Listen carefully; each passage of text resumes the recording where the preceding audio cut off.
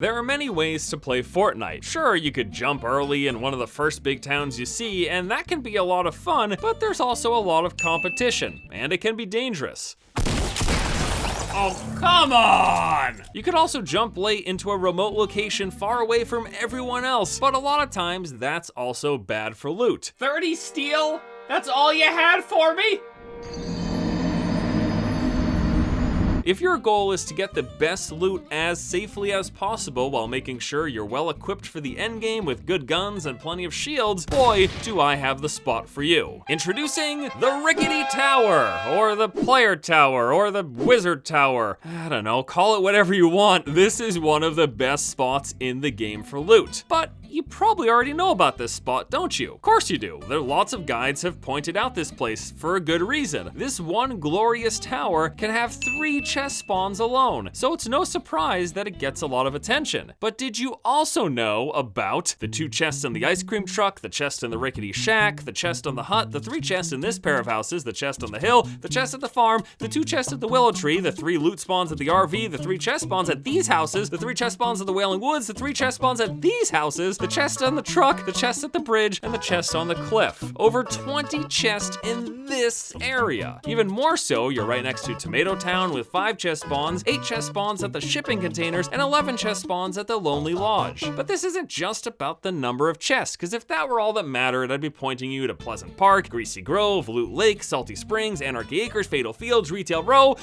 You know, the big popular places. And they're popular for a reason, because there's lots of chests. You know what else? There's lots of people. People looting those chests, using the ammo, taking the shields, and possibly killing you. And even if you get out alive, you probably won't have any shields left, because they got used up in all the fights. And as you know, shields are pretty important in this game. One of the best ways to gear up and make it far in every round is to land in a low to mildly popular area that has a high number of chests compared to the number of people landing there. And that is why I brought you here, the Wizard Tower, or whatever we decided to call it. This is one of the best and still underutilized spots in the game. Using this and the ice cream truck as a starting point, there's loads of safe looting options. As you float down, simply look around and see where the other people are going, and then you can make your decision. Do you contest the guy at the Wizard Tower, or head for the ice cream truck, or the shack by the cliff? Or maybe you go further west and hit up the farm, or the pairs of houses, or the truck and the bridge. Or maybe you head south down towards Tomato Town. And then there's the other reason I suggest this location, the Wailing Woods. Yeah, the maze itself has 3 chest spawns, and that's great. On top of that, there's also a Christmas tree spawn during this holiday event, but it's also the single greatest spot for farming wood in the game because, well, there's